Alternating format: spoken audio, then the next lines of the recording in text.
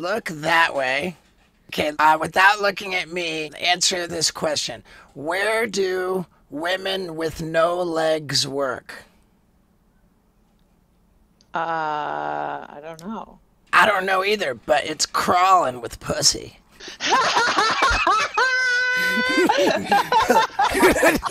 Okay, cool. That's our thumbnail. Well, the fucking world seems to be upside down and shit sucks, but I can't lie, man. I am thrilled that this podcast is gaining steam, man. Each episode doing better than the one before, and this one is a hammer. Oh, shit. I don't even need to promote it. It's fucking Ronda Rousey. Yeah. Ladies and gentlemen, Ronda Rousey. Woohoo! Suffice it to say that I have been like unreasonably excited about doing this. And when I was going to bed with my girl last night, I told her I was like, babe, I'm like. I feel like such a dork because I've been so excited. I've been barraging Rhonda with texts, like to the point where she's probably thinking like, why did I give this kook my phone number? and, No, not at all. and then I showed Lux the actual text log. I'm like, look, I write all these big long things, and I scrolled through it, and she goes, oh my god. she's like, oh my god. But then she said, it's kind of cute that you're so excited. So I don't think anybody should be mad at you or feel bad. But Dude, yeah, you're like one of my idols as a kid. The fact that you're like that excited to talk to me is like, oh, it's very flattering. So thank but, you. We but made yeah, it happen somehow because, yeah, we were going to do a social distancing podcast and then shit got even crazier. And so I'm glad we were able to like evolve with the times and I get I to see know. your amazing van Well, somehow. yeah, thank you. Um, yeah, and it was so crazy because Lux and I were over at your house for a double date. Like, when was that? Was that like 2 weeks, Dude, 3 weeks? that was like the weekend before shit got gnarly. Right. Because I remember I walked in and tried to give you an elbow bump. Yeah, the And Corona bump. right, and the reason why I wanted to be careful about an elbow bump is because I had been touring like 4 weeks straight and done meet and greets with like the entire audience after every show. So like I thought, well, shit, if anybody is gonna have coronavirus, it'll be me, you know. Dude, So it's so I want nuts. I wanted to be social distancing at that point, not because I was worried about myself, but just because the idea of spreading it in general is just scary. Yeah, it is. I like my sister like had her birthday or something in New York like right before like her school got cut out. So she was home and then my other sister was there and she's like, "Oh, can I bring my baby over?" And I'm like, "No, man, you were there with Julia." And like, I don't know, she was just in New York and it's like a hotbed. And then yeah, none of my family has been allowed to come over. Like we're on 100% like lockdown. You were the Right. last person to come to my house. I believe it. Yeah. Yeah, I totally believe it. And thank you again for having us over. Oh, yeah, I'm wearing my Ronda Rousey t shirt. Oh my God, that's so awesome. Did you know the butter lettuce that I had that night for your guys' veggie burgers? I planted both of the leftover heads and root balls, and now they're like growing and everything. I love it. Well, it's like the Steve-O lettuce. I always like think of you when I go to my garden. Right, which brings us to the first and most important thing to talk about, which is your sustainable approach to living and growing and harvesting your own food, right? Like you've been preparing for exactly this kind of a situation, like doomsday in general. You're a prepper. Yeah, Eh, I've been like a prepper for years, man. Like, I really never wanted to say like I told you so or anything like that, but I mean, we've been like kind of like obsessively getting ready and just kind of like waiting for the fall of society, and I think it's gonna happen in stages. Like this is like the first wave, man.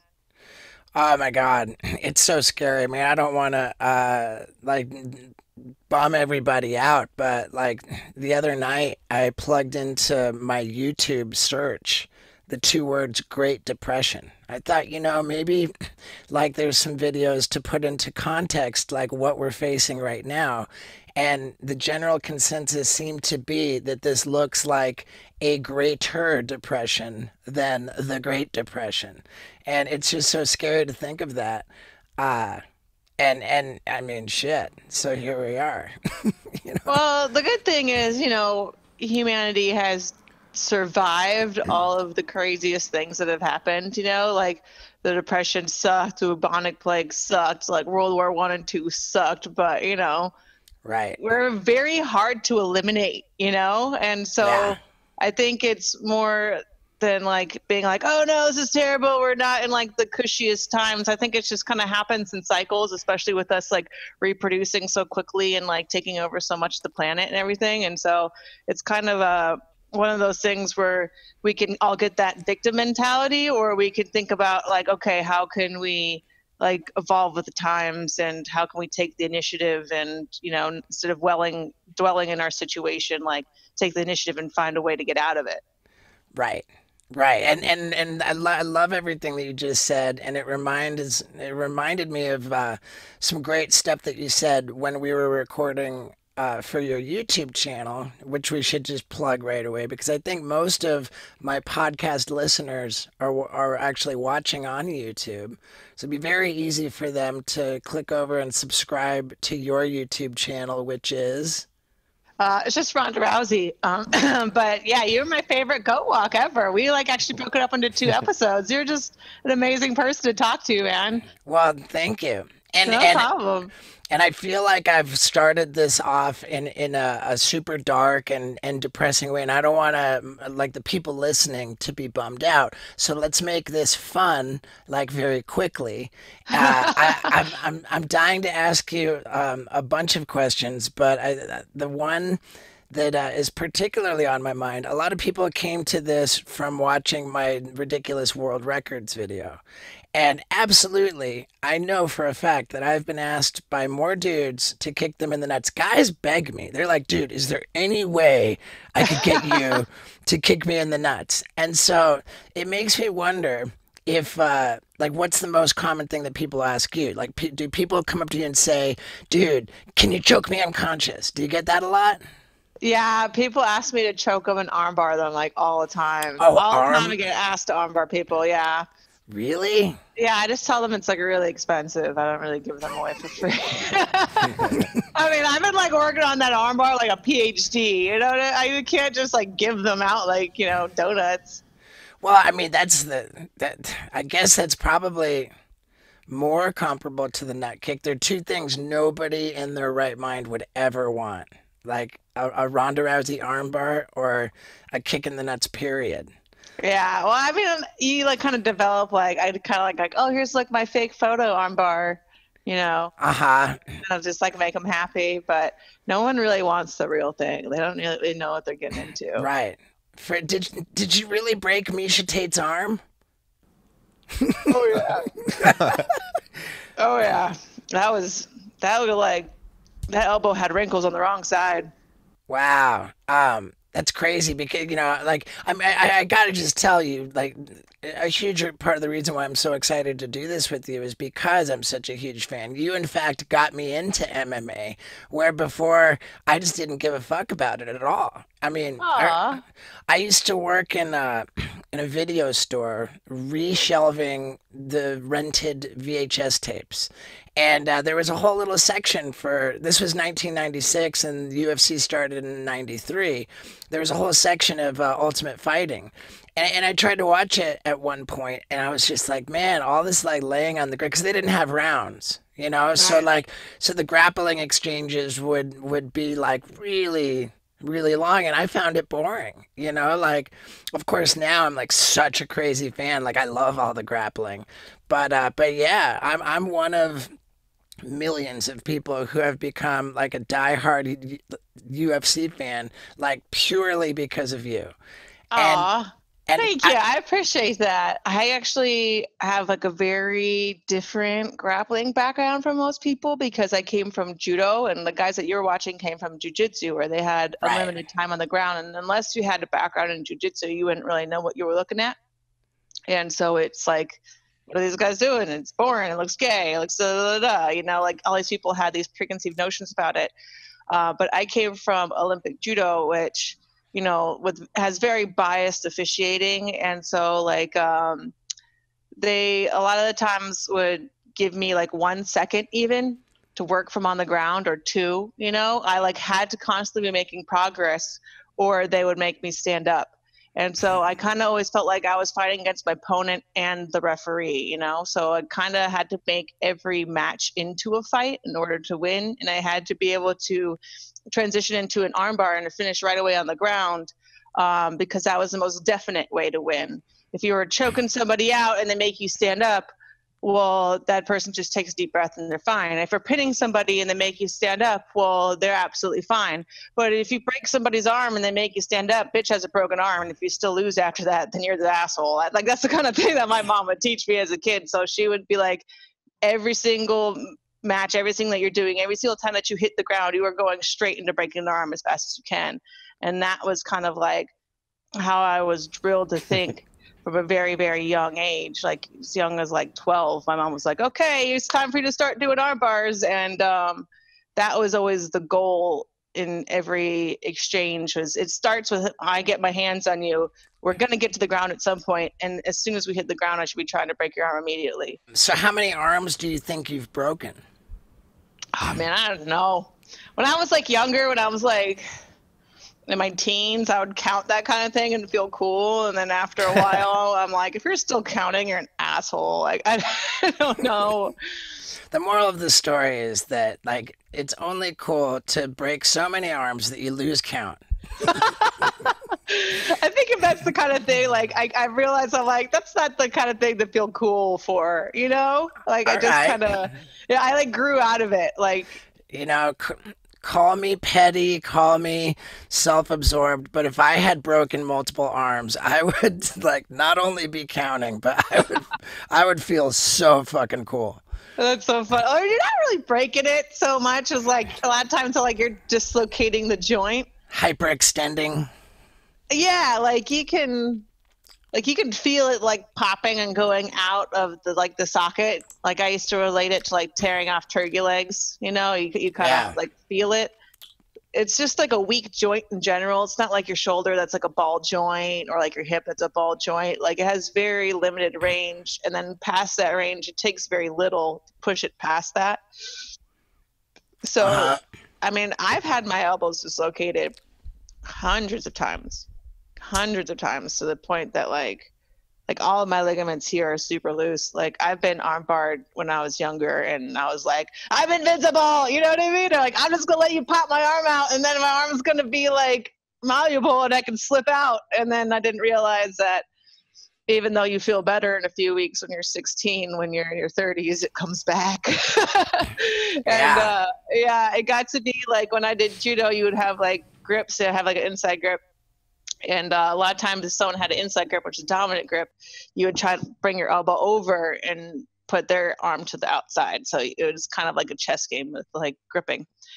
And if my arm was slightly turned like this while someone else did that, my arm would dislocate, and I would have to like pop my elbow back in all the time. It would be dislocating all the time. So like to me, like dislocating somebody's arm is not that big of a deal because it happened to be all of the time. So let me ask you this: the UFC is, I mean, it's certainly such a huge like organization. It's become mainstream, but is the WWE not just way bigger? Like, did you get the sense when you went into the WWE, like, wow, like way more people are huge fans of WWE?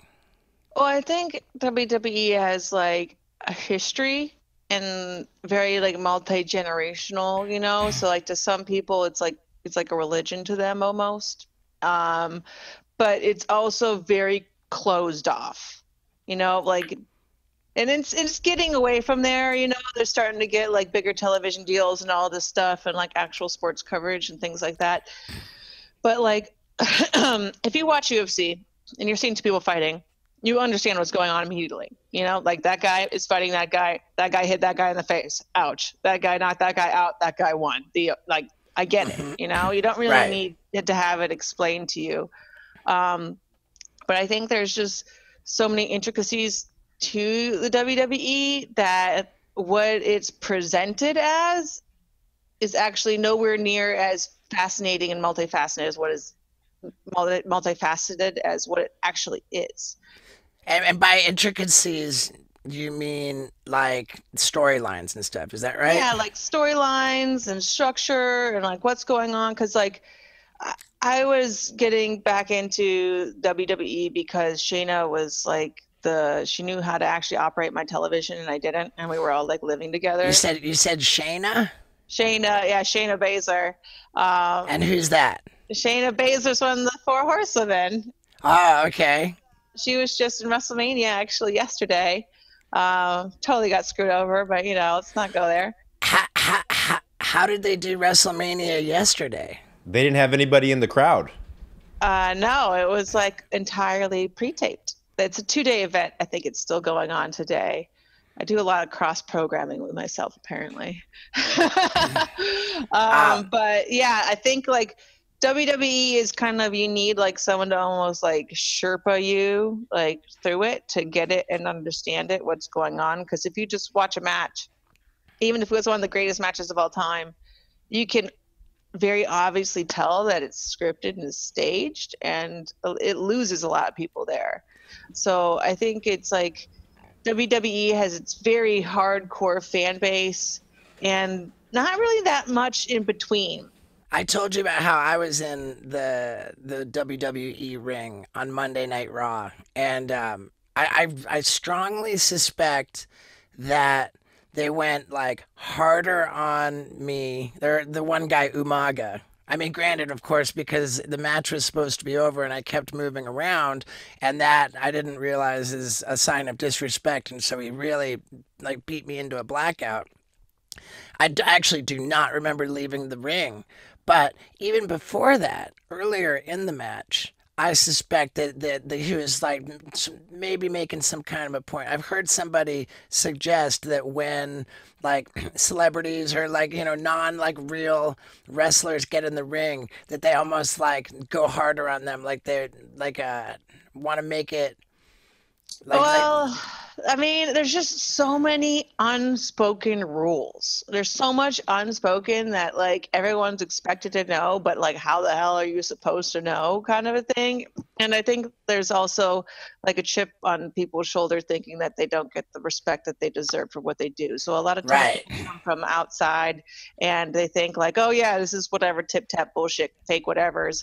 And people kind of have that chip on their shoulder to prove to them like, hey, this is tough stuff and this is something you should take seriously.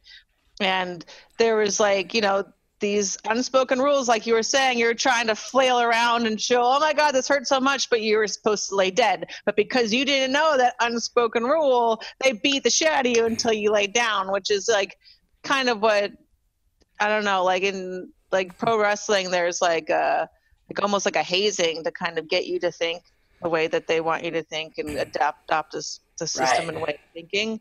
And so if you kind of like walk into the back door and you don't know any of that, right. there's just so much of like etiquette.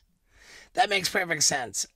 That makes total sense. And of course, like they're not going to be like harder on like, random celebrities that go in there. But when it's like a couple dipshits from Jackass saying that we're like the toughest stunt people, of course they went so hard on us. So yeah, that makes sense. Okay, now I've got another question. And you got to forgive my ignorance for this one, and maybe it's not even an appropriate question to begin with. But as a guy, I have to. I'm just curious and fascinated about the idea of with women's fighting. If let's say your big, huge fight, you're headlining an event, and it just so happens to land during the week that you have your period. Was I nervous to ask that question? Yes. And before we find out how it went over, I'm going to make a crazy promise to all of you. Okay, here goes. If you see me in public anywhere for the rest of this calendar year, it's like 8 or 9 months, I guarantee you I will have something in my pocket, okay? My Raycon earbuds. And I'll tell you why I'm going to have them in my pocket. Oh, and by the way, should I not, I will record your voicemail greeting on your iPhone. I'll record a video shout out for your buddies, whatever. But I'm not even worried about it because I love these things so much. They're always in my pocket or my ears. That counts too.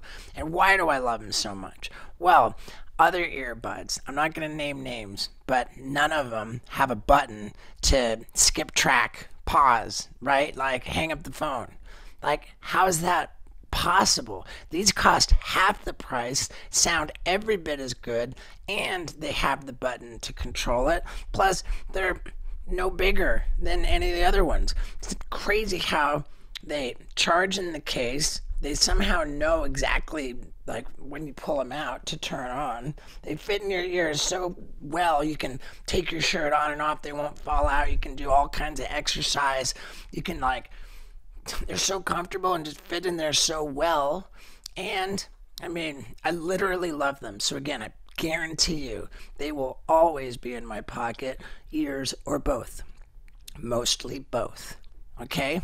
Now, here's the big deal for you guys. If you go to buyraycon.com/Stevo, 15% off your order. And it's like already half the price of any of the other ones. So, dude, Raycon, you rule. I love you. Thank you so much. And now, what's it like for women to fist fight on their period? Let's find out. How does that like influence the performance or the fight? Your weight cut is harder and your titties are bigger. If you check out my fight against Alexis Davis, you will see an example of that. I had some big old titties punching her in the face. Yeah, it just makes the weight cut harder. Okay. And that's why I always wore black shorts, because I was always really fucking paranoid about that shit. That's That and Mike Tyson wore black shorts. I was like, oh, that's cool. But also, like, what if it's the wrong day? Damn, those white shorts are scary. I ain't going anywhere near that shit. That's hilarious. Yeah, I was asking Lux last night. I was like, I said, if is it like fucked up if I ask this question? And she wasn't like, feeling strongly one way or the other. But then I said, well, I will, I can tell Rhonda that from my experience, particularly with Lux, if the fight landed in like the days just leading up to before the period started, that would give Lux like a huge advantage. Should be ultra aggressive. Because No, mostly it just affects the weight cut, and you're like, God damn it! Like I had like a string of fights where I'm like, statistically, this should be fucking impossible. Like, why are my weight cuts always this hard? Like, yeah, it's just kind of a roll of the dice, man. It sucks sometimes. Women shit just happens at the wrong time. did you Just have to deal with it. I had a chick show up and she's like, I can't make weight because I'm on my period. And I'm like, fuck you. That's a fucking pussy ass bitch answer. You know that you had a vagina when you signed up for this. Like, you can't act like you weren't ineligible to fight a fourth of your life. Fuck off. Make weight. Don't be a pussy. that's so interesting to me because I mean, fuck. It would imagine I would imagine that you would hear that excuse all the time from like female fighters missing weight. Like Tatiana Suarez missed weight by like 7.5 pounds, I think, one time. Like she didn't even say, "Yo, I'm on the rag." Dude, there's really no excuse to cut weight. You're a professional. You know when the match is going to be. Like, you are paid to show up and make weight on that day. And if you are unable to do that, then don't promise that you're going to do it, Like, but, I have like a different perspective about it. The only time I missed weight in judo, I moved up to the next division, the very next tournament, and I never went back down again because I'm like, well, guess I can't make this fucking weight anymore, and that's it. It's you got to show up and you got to do your job. We're professionals. If you're not a professional, then like, what the fuck are you doing there? Right. Now, what I've heard people say that weight cutting is like generally like a really like sort of dangerous, like harmful thing that what are your thoughts about that? Like, is there? Well, it's as harmful as you decide to make it be, Like you are at the freedom to choose whatever division you want to be in. And if you feel like it's harmful for you to go below a certain weight, then don't attempt to go below that weight. Fight up. Like Right. you're not a fucking slave, dude. Like it's a free country. Pick the weight that's healthiest for you and become the biggest badass at that. Like I don't see the difficulty there. I mean, I've definitely had really, really hard times cutting weight. I've definitely had like good days and bad days, days when I was fighting too much and didn't have enough time to recover. And, my performance definitely suffered from it different times, but I never blamed anybody else for that. It was my decision to take that fight at that time, my decision to do it at that weight. Everything was my decision. And so everything was my responsibility. And I never like pushed it off, pushed off my responsibility in those situations to I'm a victim of my situation because I'm in a situation of my own creation. Right, and I love that position that you take. It again reminds me of when we were recording for your YouTube channel, and I told you about a documentary I watched on Netflix called The Hurt Business. I think I know Daniel Cormier was a big part of it, and I bring it up because it had such a profound impact on me, where like the overall kind of message that I got is that when you look at like MMA, UFC, like any one of these MMA organizations, that like really the norm is that people don't make all that much money. Like they end up like with like fucking brain trauma, like fucked up brains, like fucked up bodies. And then at the end of their careers, which don't tend to run very long, they're in like physically horrible fucking shape and they have absolutely nothing to show for it because they didn't make really much money to get by on anyway. And I was so interested by the way that you responded to that. Like very you said, well, I mean, you can say it again. The alternative coming out of the Olympics is you make nothing. That here you said that the UFC and all these MMA organizations give you an opportunity as an athlete to make a living, which otherwise you wouldn't.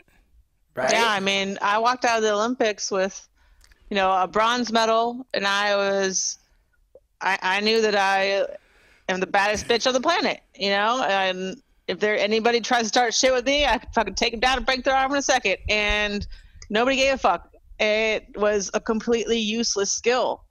The only job it helped me get is as a cocktail waitress in Crenshaw because they thought I could, defend myself. Like, what am I going to do with that?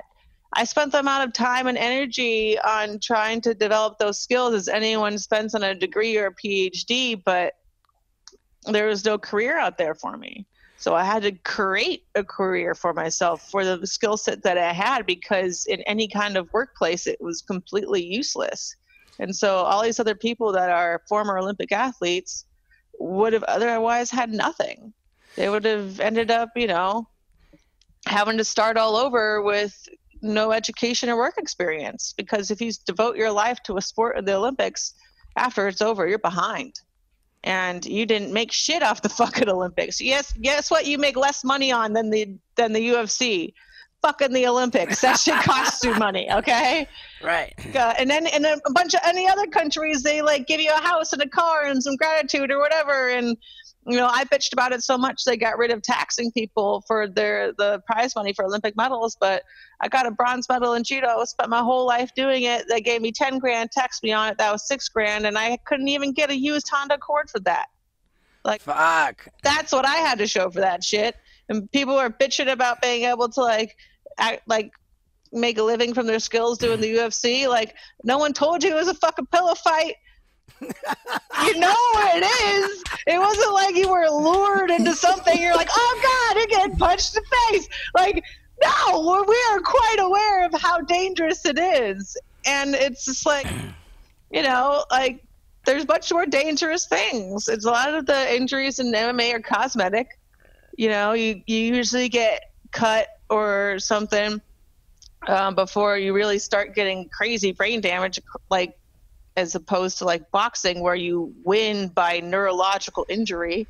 This person gets knocked out and counted fucking 10 over and over and over. You know how many people die in boxing every year? You know how many Right. people die in, football because they have a helmet protect them and they have this, brain suspended in fluid and all this force and everything. Like, of all the different options out there, I was like, man, MMA looks so great. I'm going to try and find a way to get myself in there.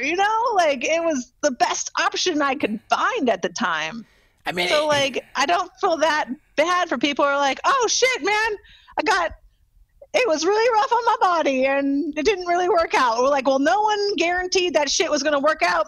And of course, it's fucking rough on your body. Were you watching it? Did you see what was going on? Like, it's not like there was any false pretenses. Like, you knew what you're getting into.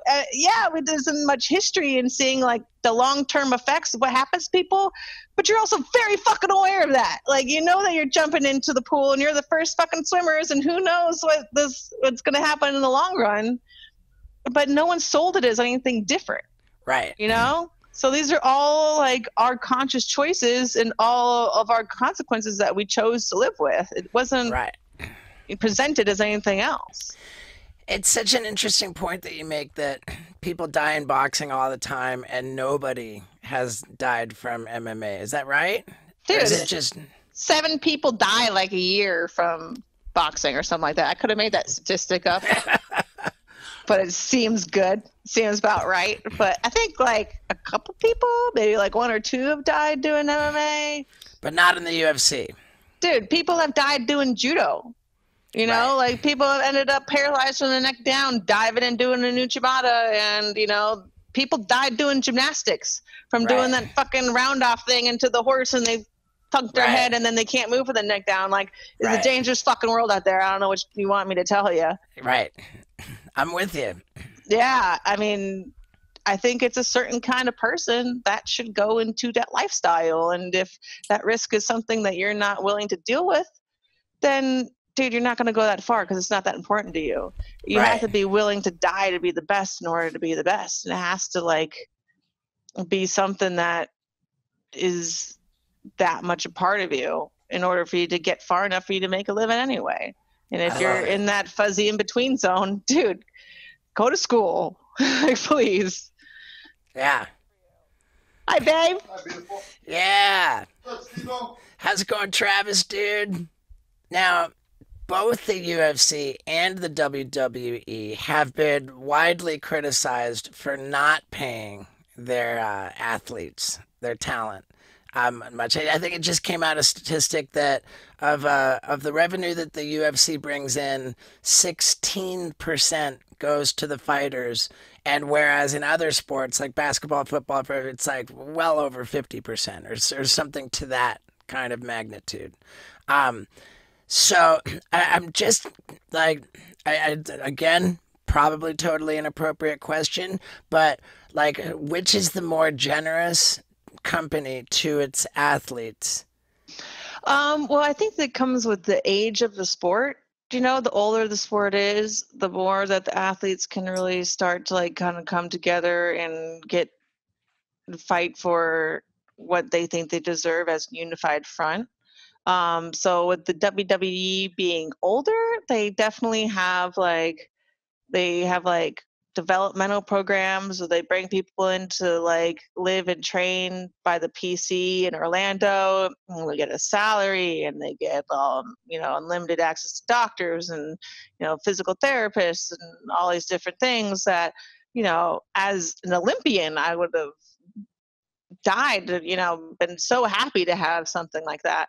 UFC originally, didn't have anything like that. And then they started moving towards, okay, we're getting some kind of like medical insurance because it used to be like, okay, you're only going to get covered for injuries that come up within 60 days of a fight. And then, okay, we're going to get some sort of medical insurance, but it's not the best in the world. And okay, like, we're starting to make like more and more and more. And in boxing, like the top guys make an incredible amount of money. but the bottom guys in boxing make way, way less than the bottom guys in the UFC. Right. Okay. So, like, if you're trying to develop a boxer in, regularly, you probably have to build their record to 20 and something. And your manager is going to probably be like $200,000 in the hole with a fighter that's 20-0 at that point. Wow. In the UFC, it's a lot nicer to kind of be in that lower tier than it is to be a boxer. But at the top tier in boxing, these guys are making incredible amount of money because they are promoting as well. They are co-promoting. They're part of the promotion itself. And I think that as the sports get older and the athletes get wiser and they get some more resources and they start to realize how the system really works, they're going to be able to get more and more. Like when I started coming up in the UFC, there was no set precedent for me to really make big demands about, okay, this is what I'm worth, this is what I should get, this is my pay-per-view cut, this is that, because there was no right data for me to point at, no reason. It was all speculation. And it's very difficult in individual sports. So like football and basketball, these guys and the whole team can come together and be like, hey, us as a team, we are not going to do this unless they, as the team owners, do this. And it's much easier for them to come together and make those demands. Whereas in like individual sports like boxing and UFC and WWE, which is sports entertainment, but still is individual, it's much easier to kind of divide people and much harder for them to unite together because people at the very top are very well taken care of, so it's I think harder for them to kind of unionize and make sure everybody else is really looked after and gets a majority share in the profits at the end of the day. Right. So I don't know. I think that's just a constantly evolving situation. Okay. As a devil's advocate, can I see what you think about,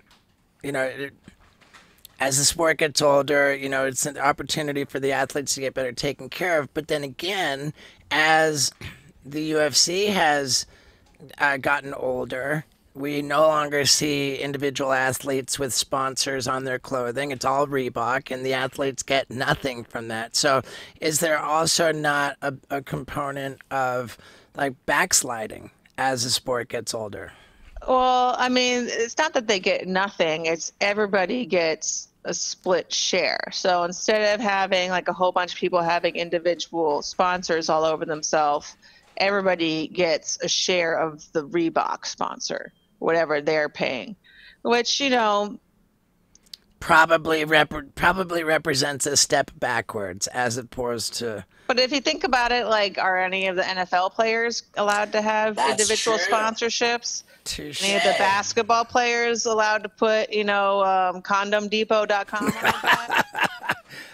It gets to a point where like WWE, are you allowed to come out with like, guns are us on your titties? Like, it's kind of like the standard that's been set by other sports. You win. UFC was unique in that, and they were kind of like, when they were smaller, that was part of the hustle, and like as they got bigger and more mainstream, some of those smaller characteristics kind of got lost, because if they want to be looked at on the same level as the NBA and the NFL and fucking baseball and all that shit, they have to kind of adopt their model a little bit more. And I would like to see bigger sponsors and more money getting, like, bigger deals being made, so that what is being split up and divvied up between all of the fighters is actually, gets to be more and more and more and more, which is something I hope will mature along with the sport. But, who knows? I love it. That makes so much sense. I'm actually embarrassed for making that point. So now, so you went into the WWE and you only did 1 year? 1 year, from mania to mania. And was that, I mean, you told me a little bit about this when we were walking your goats, that you are thinking about now you and Travis want to have kids. you like just it's too much to be traveling so much and working so much with the WWE that you really wanted to kind of take back your life so that you could have like a personal life and a quality of life. But that's got to be a pretty serious sacrifice, right? Like financially. I mean, not really. Like, we try to think that we don't really do anything for purely money related reasons. Hmm. We try to reduce our expenses as much as possible because all of the money that we make is dependent on the mileage that we put on our bodies and how much of that do we have, you know? So Right. we invest our money not into having more shit that we have to pay to maintain, but in needing less. So the money that we made from fighting and wrestling and all this other stuff, we put into, okay, we're going to get water catchment and we're going to eliminate our water bill and we're going to get solar and we're going to eliminate our electric bill and we're going to pay house cash. So we're going to eliminate mortgage and we're going to, get a bunch of chickens and raise our own animals and start, our own vegetables and all this stuff. So we get to eliminate our grocery bill. And so instead of having to like think in that mindset of like what are we going to be able to bring enough money to maintain our lifestyle, Right. kind of like how can we slim our lifestyle more and more and more down to take less and less and less to maintain, so that the decisions that we make in our lifestyle are purely based on what makes us happy, That not what is has to be done. that is so inspiring. I honestly like am legitimately like jealous and inspired and I want to tell you that I've gone on and on and on with my social media and like everywhere anyone who will listen and say, oh, my girl and I, we want to buy land and open up our own animal sanctuary, and we're so serious about this that we're even though we're engaged, we are waiting to get married. We've not even set a date because we want to get married on our land where we're going to have our animal sanctuary because that's our future. I got a vasectomy so that we know we're not going to have kids. We just don't Watch want to have out. kids. I'm a reverse vasectomy baby. I mean, yeah, I'm not reversing it. I don't want. I don't want to do it. But the point that I'm making here, and I want to really thank you for this, is that you have single-handedly changed my view of what the animal sanctuary represents to me, because what you are doing with your property, which you call Browsy Acres, Proudly this acres. and everything that you just described with catching the water and the solar and the growing the vegetables and the eggs and the animals, that to me makes so much more sense as really the ultimate purpose of our animal sanctuary. Like, sure, we want to save a bunch of animals, we want it, but like to have it be like just a self-sustainable, like bill eliminating thing where it's like, yeah, come on down and hang out, but but you're gonna work, like Yeah. almost like a commune. Yeah, but it doesn't like feel like work. It's like really rewarding stuff that I actually want to spend my day doing this. And so like it's kind of got to the point where we love it so much that it it's like a tax to leave. Like Right. I love the WWE. I have had such a great time. I love all the girls in the locker room. Like hell yeah, like running out there, and having like fake fights for fun is just the best thing, like I love choreography, I love acting, I love theater, and it's live theater, and it's one of the last forms of live theater, and it's so fun. But it was like I was doing it basically part-time, and I was away from home over 200 days out of the year. And when I Wow. did get home, like I was like I was so sleep deprived, like because you just don't have time to lay down, and like my back's broke, so I am like coming What do home you like What do you mean your back's broke? my bottom vertebrae is like broken in half. When they got me like appraised like a house before I came to the WWE, and they're like, yeah, your back's broke. And I'm like, oh shit, didn't know that. That explains a Wow. lot. So I would be taking all these different kinds of bumps and stuff, and I would basically, when I was home, I would have to be laying on the bed with my legs elevated, the heat pack under my back, with like a Tempur-Pedic pillow under my neck because I have degenerative disc disorder in my neck as well. Me too. I Hey, have. high five! Yeah, So I've got. like I was like in this like recovery position whenever I was home. So I wasn't even home when I was home. I was basically just trying to recover enough to be able to get through the next stint of being gone. And like people think like, oh, you're only wrestling as much as you see you on TV, but they don't realize that there's like 3-4 other days of live shows during the week. So we're only home. Like if I did all of the live shows, I was only home a day and a half a week.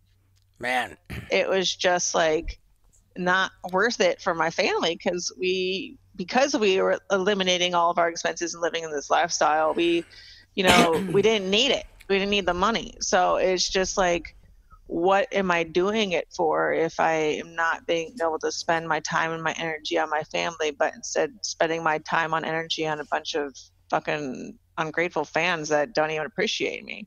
So I was man. like, man, like, and the thing is, like, I love performing, I love the girls, I love being out there, but at the end of the day, I was just like, fuck these fans, dude. My family loves me and they appreciate me, and I want all my energy to go into them. I love it. So that was my decision at the end of the day. Is like, hey, girls, love what you're doing. I'm gonna try and like take all my momentum and push you guys as far as I can. Fly, little birds, fly. I'm going fucking home. That's basically it.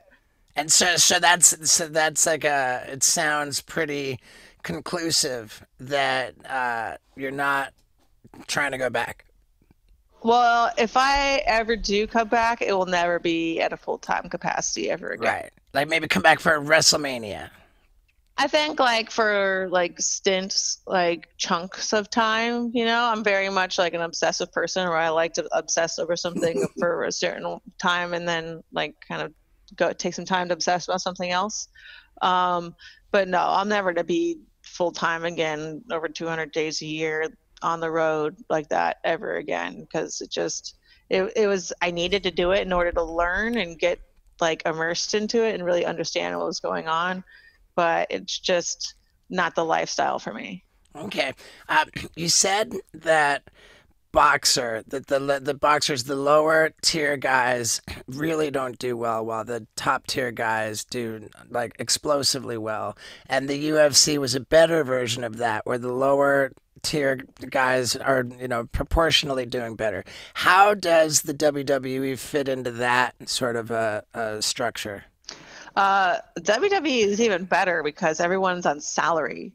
It's not like you show up for a fight, you get paid. You show up for a fight, you get paid. So, like, I think in WWE, they're actually considered employees instead of independent contractors, but I'm not sure. I think they are independent contractors. I They saw are, but they're treated like employees. They Okay. actually are on a salary, and it is much more like secure, and like if people like get injured and they can't perform for like months and months and months on end, they actually continue to pay them and pay for their medical treatment and like make sure that they're taking care of. Corey Graves is a great example of somebody who ended up getting too many concussions while he was in the development program, and so they transitioned him to be an announcer instead. Like they really tried their best not to leave people high and dry. And they really like invest in talent and spend time on building and developing them. When they come through the PC, people that come through the indie system, it's a little bit different, but they also put them through the PC and, like as soon as they hire people, they're on salary right away, which is very, very different than having like these lumps of prize money. So it's like, I would say that it's definitely the most secure and job-like of the three. I gotta say that it sounds to me a little bit like the Olympics set your standard so low. The Olympics is such a fucking yeah. You can't be as bad as the Olympics. Because say that because I watched a John Oliver said like 20-minute long segment about professional wrestling, and his whole tone, his whole take on it was so completely the opposite of what you're talking about. And the only way that I can make sense of it is that, oh, because John Oliver's got like these impossibly high standards of life, and Ronda Rousey like came up from the Olympics, and The that's like Olympics, yeah, is some bullshit. So for everything more than that, I'm like, wow, thanks. I What mean, I would like to see from all three, which is kind of like some wishful thinking that I don't think will ever happen, is similar to like SAG or something like that. uh-huh, Whereas if you put a certain amount of time in, you are entitled to a pension. I would love to see pensions for good. boxers and MMA fighters and professional wrestlers. I don't know if we're going to get there, but I mean, that's what, the NBA and the NFL and fucking Right. baseball and hockey all have. And that's what I would love for people to have to at least have to strive for is like, oh, I just want to put enough time in to be eligible for a pension and then have a living wage for the rest of my life. That would be like my ultimate like dream goal for all three of the individual like big players. Good.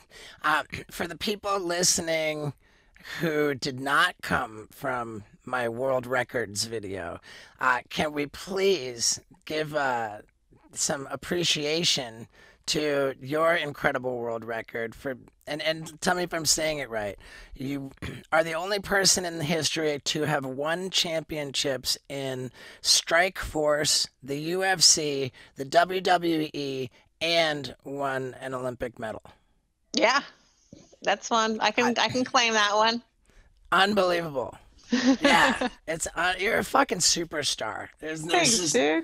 no, there's no two ways about it. And I didn't get a resolution for my question. How many people have you choked out? Choked out. Well, you know what? I actually have like really weak wrists.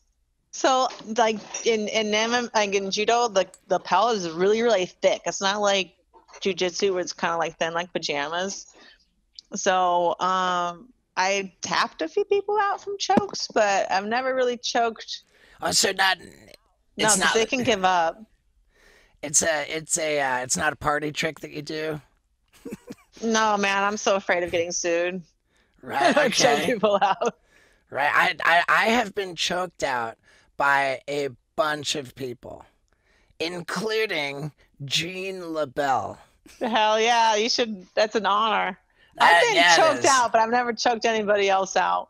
Okay, so now Gene LaBelle is such a huge person in your story, and just mentioning his name, seeing you smile so much is killer. For people who don't know Gene LaBelle, like how do you like what? Uncle Gene is pretty much the most decorated stuntman of all time. He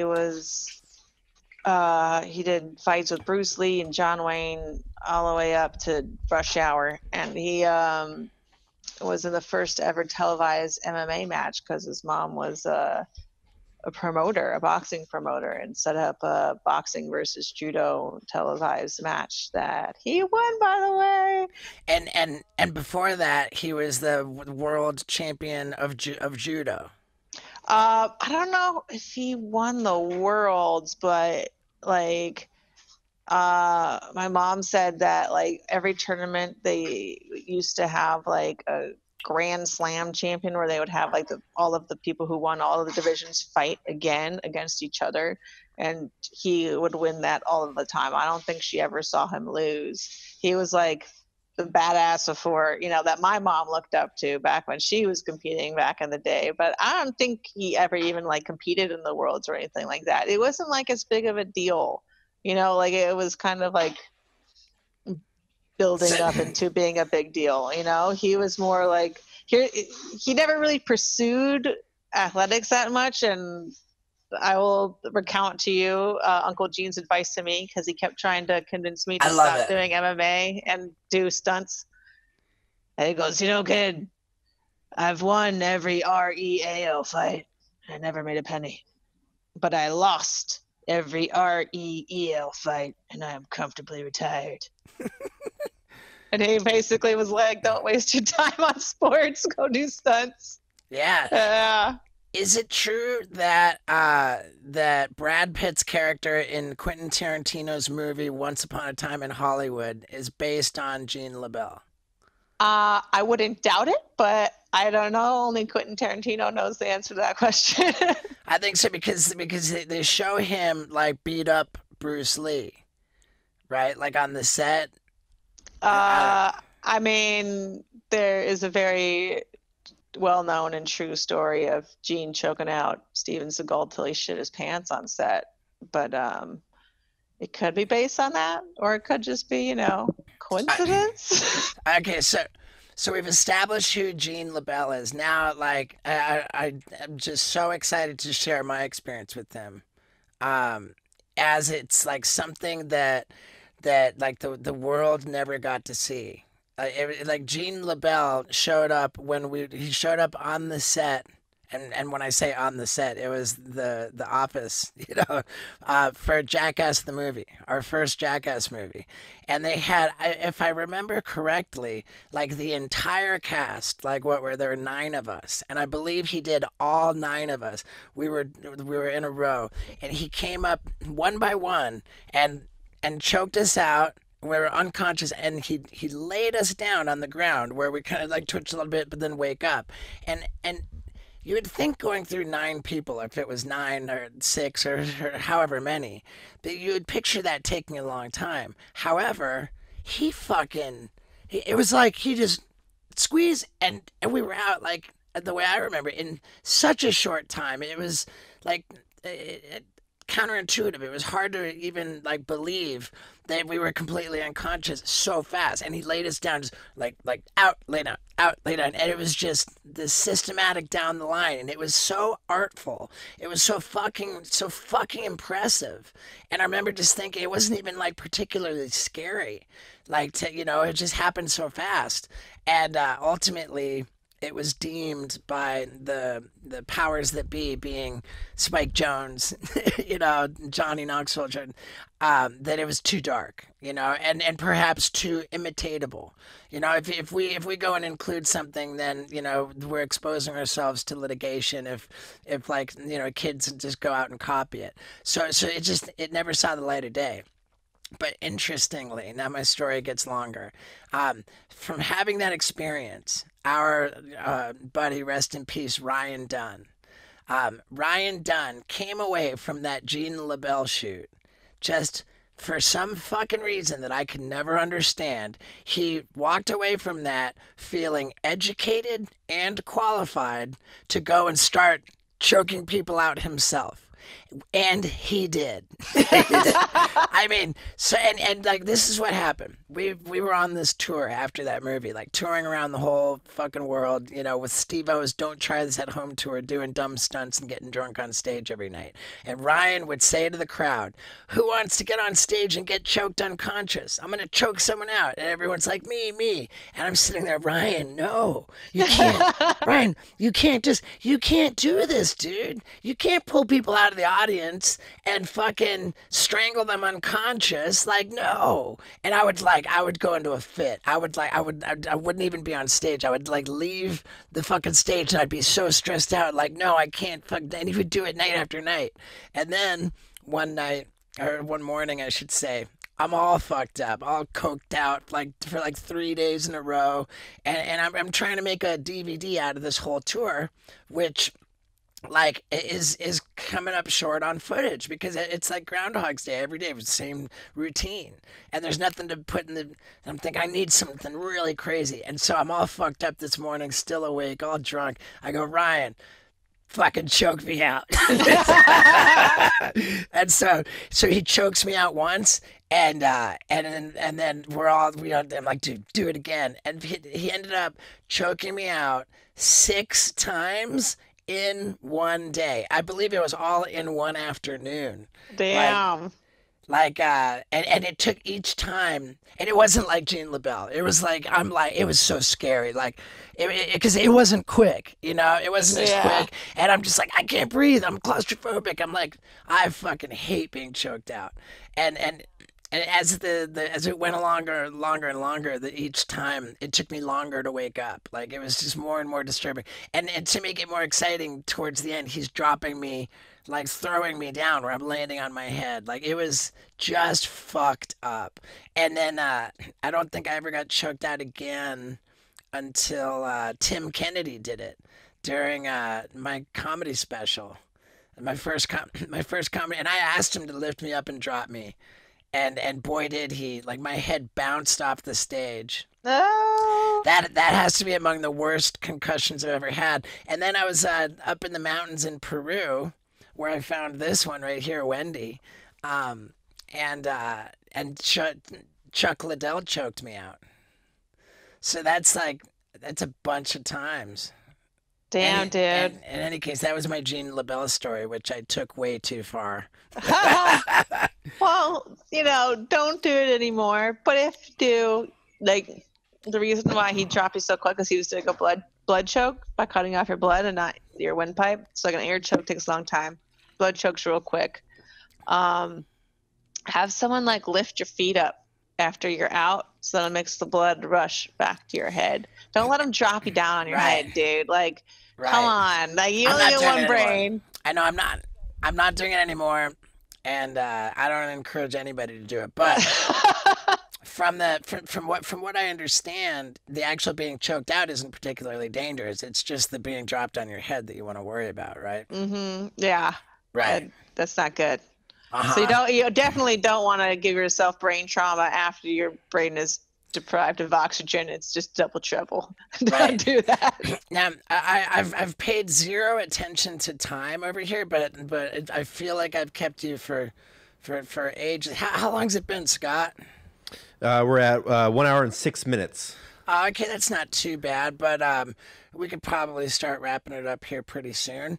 I wanted to, Rhonda, I wanted to also like draw some attention to all the great stuff that you do for like charity and all these, or like I understand you've got multiple organizations and initiatives to give back to the community and helps of certain causes. Um, Well, I mean, there's I really did try not to toot my own horn, but like I have a gaming stream, baddest stream on the planet, and instead of collecting donations for myself during the stream, which a lot of people do, I really don't need to. So instead, we like pick a different charity every stream to like raise money for. okay, good. So that's kind of like an ongoing thing where we're not just bringing money to like different charities every stream, but we're also like promoting and bringing awareness and telling people about it every stream. So we've been doing a lot of like coronavirus themed charities lately. We were doing Feeding America, which helps people that actually get food while they're quarantined and be able to stay quarantined. We were doing some stuff for United Nations Foundation, which was matching all of the World Health Organization funds to look for a cure for coronavirus. And God, there's like a different one every stream. Hi, Chunk. He's the best. He's a big boy. Look at this dog. Um, but man, it really is like a different one every stream. Like one of my favorite ones to raise money for is actually Dee Dee Hirsch, which does nonprofit mental health services in the Los Angeles area. So like if you have like any problem with any kind of mental illness, whether it's like depression or suicide or eating disorders or body dysmorphia or you name it, they offer like free resources for people that otherwise you would have to have enough money to pay for therapy or these other kinds of things. They offer all those different things for free, which is one of my favorite things to like help out. But yeah, I don't know, Good. man. There's So, just so many every stream that I like literally I'm like they've all fallen out of my brain. All I remember is Horizon Zero Dawn. well, how do we get people onto your gaming stream? You said it's the baddest.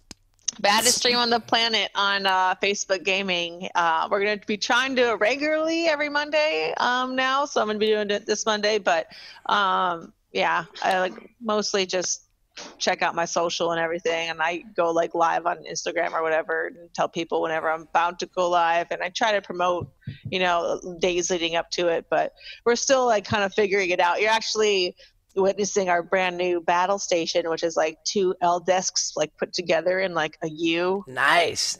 which is like going to be building up. We have 3 computers on it right now. I think it's eventually going to be 6. So we're still like kind of figuring things out and trying to find our rhythm. But yeah, it's on Facebook Gaming, and yeah, So you're an avid gamer.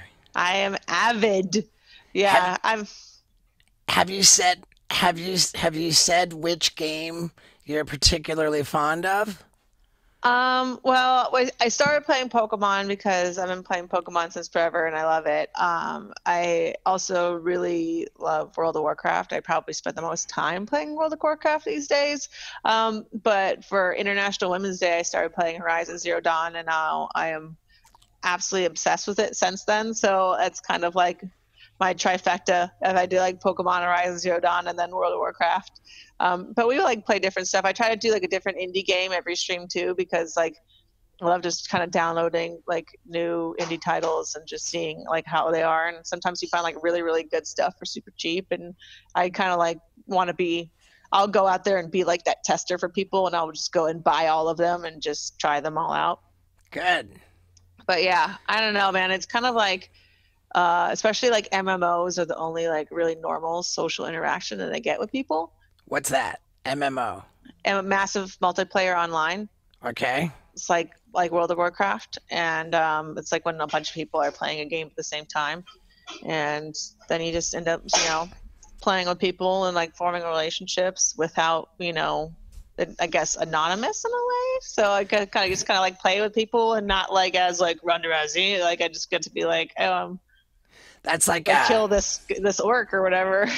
like my guy Scott, who's been so patient and quiet. Scott Randolph, my co-host, who came to your house for the goat walk as well. How's it going? No, you guys been doing so great. I just been watching it myself. This is fantastic. Okay, good. I think it's been pretty. I knew it was going to be awesome, and just a fucking superstar in every sense. Like Gene LaBelle says about you, about how a lot of people are champions in a sport, but you're a champion as a person, and Aw. I feel strongly the same way myself. And with that said, I know that while Scott has been super patient and just sitting there quietly, I know that he's got questions that he's just dying to ask. So Scott, like I Put me on the spot right here. I turned Yeah, it no. over. Thanks, Steve. I just had a couple questions, and I was thinking that as you guys were talking, like I mean, my mind can go so many different directions from this, but like that feeling, the one question that comes to mind is the feeling walking out onto the platform, whether it's the Olympics, the UFC, or WWE. It's like are And those Strike all Force, count Strike Force. and Strike Force, like when you're making an appearance on the first time of those things, is there a different feeling going on? Like fuck, this is the Olympics. This is crazy. Is it different than when you're walking out for the first time to the WWE? Like what's that like? Well, I think the Olympics kind of made me max out on pressure in a way, like it was my first real like passion and goal and obsession. Ever since as young as I can remember, like when I was 6 and I started swimming, like I wanted to win the Olympics in swimming. And it was something I would dream about and something on my mind all the time. And like, my mom and dad were very much, they were really encouraging to me and my sisters, and they would basically just be like, you're meant to be the best at anything you want to be. You could be president, you could win the Olympics, whatever you want. So I started doing swimming, and my dad's like, you're going to win the Olympics, you're just so great at this. And so I just assumed that that was like my destiny, was like to win the Olympics. And so then when I switched from swimming to judo, I'm like, oh, this is Olympic sport. I'm going to win the Olympics at this now. And that was just like my obsession from day one, is I'm going to win the Olympics at this. And so judo is a 1-day event. It's not like swimming where you get to be in 10 different events and give it 10 shots. It's like you weigh in 1 day, a few hours later, you start to fight your matches back to back to back to back, and you'll have up to 7 4 to 7 matches in one day, and you go from weigh-ins to the finals across one day. So it is like I worked my entire life with the idea that all of my life's work was going to come down to a showdown on one day. And I was fortunate enough to go to 2 Olympics. So I kind of had to face that moment twice. And nothing else really compared to that kind of pressure that I put on myself. So, even with fights, with championship fights, it's you have them over and over and over and over and over. So like, it wasn't like, okay, you're going to have one championship fight and then it's going to be 4 years so you can have another one. It's like, oh, there's going to be another one in a few months, a few months, and a few months. And so that was much less pressure than the Olympics. And then for WWE, it was just like fun and games in comparison. Like everybody there is conspiring for us all to succeed. Like, this is gonna be fucking great. Like, I remember walking out to WrestleMania just feeling like it was another day in the office. And like, what's up, Joe Jet? Like, that was like the coolest part of my day. Like, that wasn't like, oh my God, it's WrestleMania. Because at that point, it was my 3rd WrestleMania by the time I was headlining WrestleMania. First of all, I was like, I had 14 stitches in my leg from kicking open a card window in a couple of days before that. So I was like, ow. I was also tired from like a whole year of being on the road. So I was like, oh my God, I get to go home after this. This is awesome. And then it was basically like, oh, it's like a big party on my way out. Fucking Joe Jet's here, and it was, I was like walking out to like Mania. It kind of like reminded me a lot of like hosting SNL, where it was like a week of just nonstop. And in the 24 hours, like I feel like the 24 hours before I actually went on live for SNL, I got 0 sleep, like at all. And I remember like Tina Fey's out there doing Sarah Palin and they're about to hit the music. And I was literally like slapping myself, like, wake up, get hyped, like do this. And like, they like drilled me to the point that I was just could not be nervous anymore. And I just went out there and did it. And it was very much like that for main event of WrestleMania, where I was just like, I knew that I had it down. Like, I was just fucking exhausted. And I was going to be really happy when this was done well and done. Okay. Cool. Yeah, it was not, I didn't, and it was really kind of funny seeing like Charlotte and Becky, and they were all like nervous and like, ooh, WrestleMania. And I was just like, hey guys, what's up? It's fucking Sunday. All right. What's up, Joan? And so I'd so maxed out on high pressure situations. I feel like that I actually got to enjoy it more than anybody else, because everybody else was like, oh my God, the pressure. And I was like, oh, it is cool. Fireworks, it's like depreciated over time, the pressure, I guess. Was your walkout song always Joan Jett, Bad Reputation? No. Originally, it was Sex and Violence by the Exploited. Nice. Showtime said I wasn't allowed to use it. Then I tried a few other songs, and it just didn't feel right. And then before my first title match, I decided to go with Joan Jett. And you stuck with it. I'm stuck with it. It was good luck, Yeah.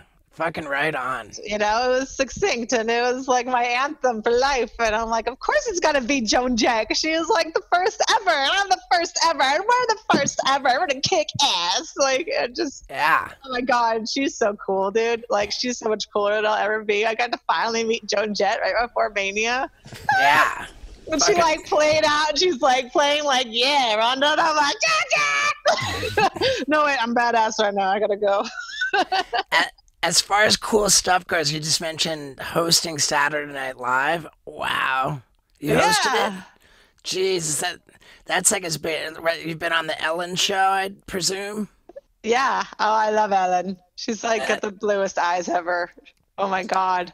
Scott, what else can you think of as like the coolest fucking things you've been on Leno, like I think he was Fallon. done before I got around. Okay. So Fallon and Colbert. Yeah, I've done in all of the night shows. Yeah, what do you think about Howard Stern? Have you been on there? Yeah, he was really nice, and he actually drew me a little sketch of himself and a little thank you note, and I thought that was really sweet. Super cool. So in conclusion, You're a fucking superstar. You've done it all. You've been absolutely everywhere, and none of this has changed who you are. And if anything, you're just surprisingly grateful and humble. It's pretty inspirational. Everything about you, and Oh, and thank you. Well, don't tell anybody because I have a character to maintain. I'm such a happy asshole. yeah. No, it's cool too because like when I post a photo of you and me on my Instagram, people are like, "How is she?" I'm like, "Couldn't be nicer." You know, out of all the people that I meet with Steve, it's like the most down to earth person, and couldn't be nicer, and I really appreciate that too. So, and I will not tell anybody. I think that I think we have that in common, Rhonda. That people assume that I'm gonna be like wildly different than I actually am. Yeah, but I think that like utilizing that perception to our advantage instead of being slave to trying making it as accurate to the Right. truth as possible is something that like I think you've really been able to benefit from, and I have too. Like I like to be a heel and an antagonist in all of the different worlds that I operate in, and it's how like I'm able to operate, be a professional and kind of like separate myself from that, and kind of keep something like kind of sacred and private for myself. And like like when you start to like rise in visibility, it's everybody else, it changes. You're the one that stays the same, and you can let, because we are such social creatures, when everybody else changes and get in a unhealthy social situation, it can become psychologically unhealthy. I think that Sorry, God. I I think that's your experience with it because like generally my understanding is that when people become famous that there are inherent growing pains involved. I know that I certainly did, had them. I was like, wait a second, hold on. Like, people will do whatever I want, like I can act out sexually with strangers. Like, hold on, like, I can, like, like, I definitely abused the powers that came with notoriety, like, as fast as possible and as much as possible. And, I'm grateful to have sort of made it over that hump during a time when like there wasn't a video camera in everybody's pocket. you know like Yeah. and for that matter, I'm so grateful to have been clean and sober and working a spiritual program for 12 years, which is longer than everybody's had video cameras in their pockets. So Yeah. Well, I think you had your first draft in front of the whole world, like I kind of had like a rough draft of fame and visibility through judo, so it was kind of like in a yeah, small like you're also a better person, right? nah. But I also was an athlete, so there was always something I really had to focus on despite all of the other peripheral things that were going on. So I kind of like learned a lot of lessons in judo that I was able to kind of apply the second time around through the UFC. And even when shit was the biggest and craziest possible in the UFC, it was like I I was the most active champion that they ever had. I owed Dana so much for taking a leap of faith for me that I could never say no to a Oh, fight. I never oh, once said no to a fight in my life, so I always was like just trying to fucking keep myself from collapsing from exhaustion because I had another fight ahead of me. I didn't have time for sex, drugs, and rock and roll because I had a fucking fight. I had the record. Actually, here's the record. I have the record for the fastest successful title defense in UFC history because I beat Sarah McMahon 56 days after I beat Misha the second time. And there's all these nice. little records all over the place of, I fought on more Februarys and Augusts than fucking anybody, which are like the lowest pay-per-view months, because I just needed to be able to be there for the company whenever they asked because they were there for me when nobody had faith in me. And that was like kind of like how I was trying to make the way and set a standard for the money that the women are getting paid. I also kind of wanted to make the way and pay off of all of the favors for kind of allowing the woman in the door So now all the women after me kind of don't feel that pressure because I feel like hopefully I alleviated that for them.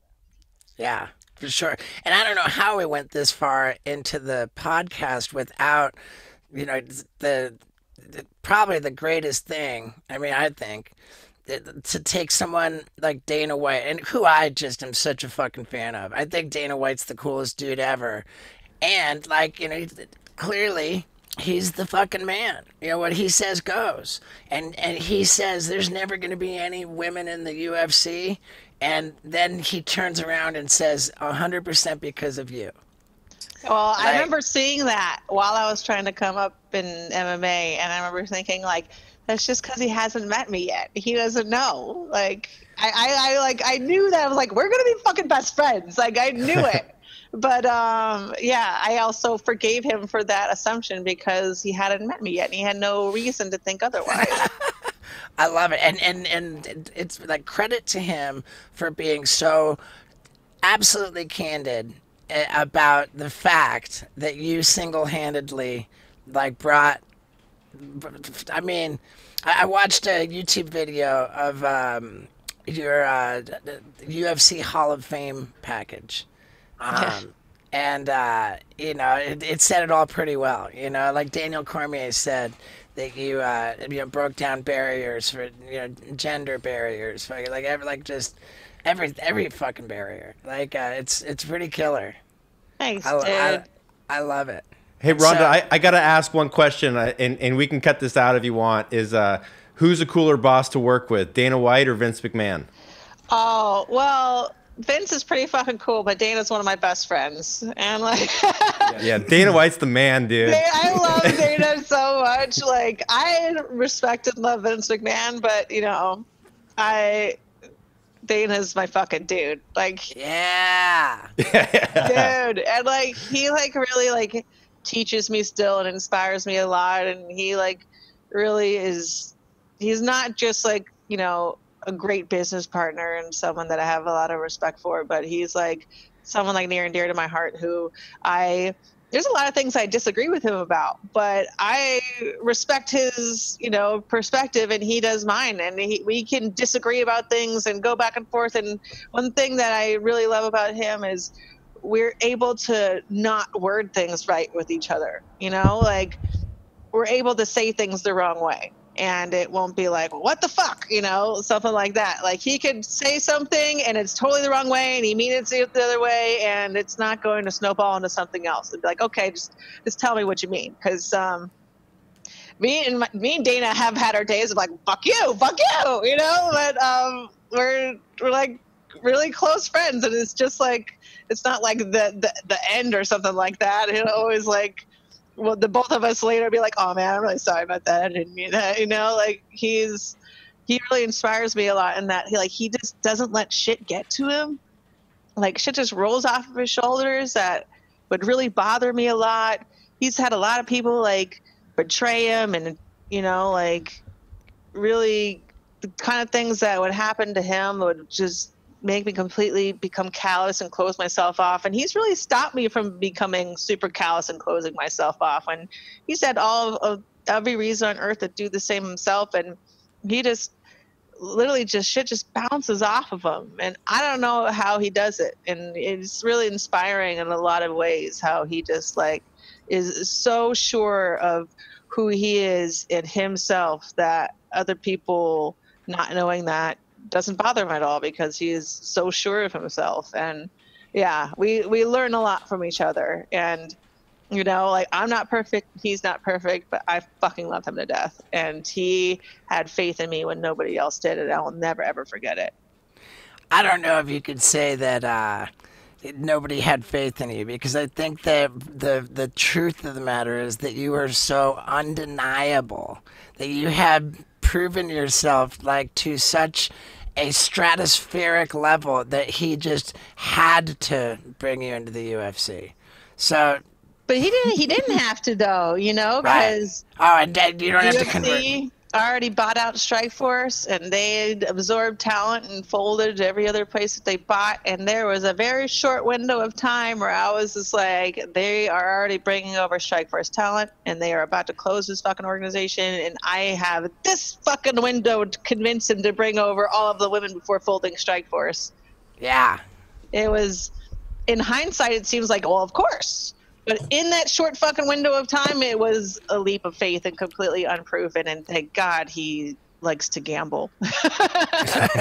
Yeah, again, you win, and you're right. So, fuck yeah, man. And we're such huge fans of the UFC and of Dana White and just of you, of everything. Thank you so much for doing this. Well, thank you for having me. Hopefully I can see the van, and it's Lucy, right? No, this is Wendy. Wendy! Yeah. Fucking Wendy. Yeah, one day I'll be able to see Wendy and the van. Yeah. I thought the van was named Lucy, is what it was. No, so the van is Ruby. Very close. Ruby! Okay, Yeah. Wendy the van and Wendy the dog. One day Yeah. I'll be able to see them in person. For sure. And Hey, are you guys okay with the screen grab just in case we need it for a photo? Yeah. Here. Let me do this. Rhonda, talk so I can see you. Because it only shows who's talking. Okay, I am talking. Now look that way. Okay, a little bit more this way. Okay, a little back.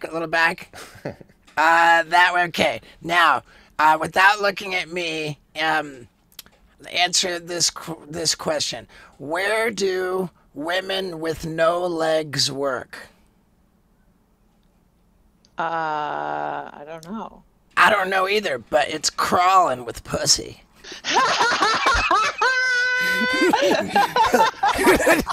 Okay, cool. That's our screen grab. That's our thumbnail. The thumbnail game is strong on this one. Thumbnail game is strong. How about the fucking podcast game was strong on this one? Thank you, Rhonda. And thank you to everybody who's still with us. As I've done at the end of each of these podcasts, I like to say, if you're still listening and have been from the very beginning, well, last time I said, do a screenshot on Instagram and tag me in it. Well, I fucking threw a like on every single one of those posts. I mean, I can't believe how many of them there are. This is great. Shit, so do it again. Like, let your friends know, whatever screenshot, tag me, and I will throw a like on it. And bless you all, man. We're gonna keep this train rolling. I'm sorry that the world is fucked up, but we're gonna keep doing this shit. So hopefully that helps. I love you all. Yeah.